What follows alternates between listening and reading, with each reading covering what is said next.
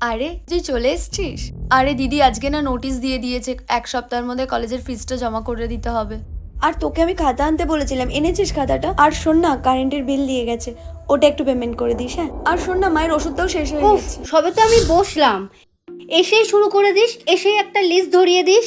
আরে কিছুক্ষণ তো বসতে দে, জিজ্ঞেস কর যে দিদি কিছু খাবি কিনা, কিছু এনে দেবো কিনা। তুই বস, আমি জল নিয়ে আসছি। এনে দিদি জল। সরি, আসলে কাজের এত চাপ তো, তাই তোর ওপর চেঁচিয়ে ফেলেছি।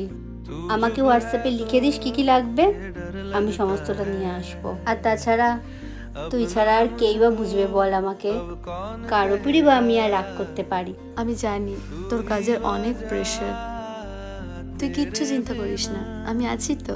तेरा यार हूँ मैं।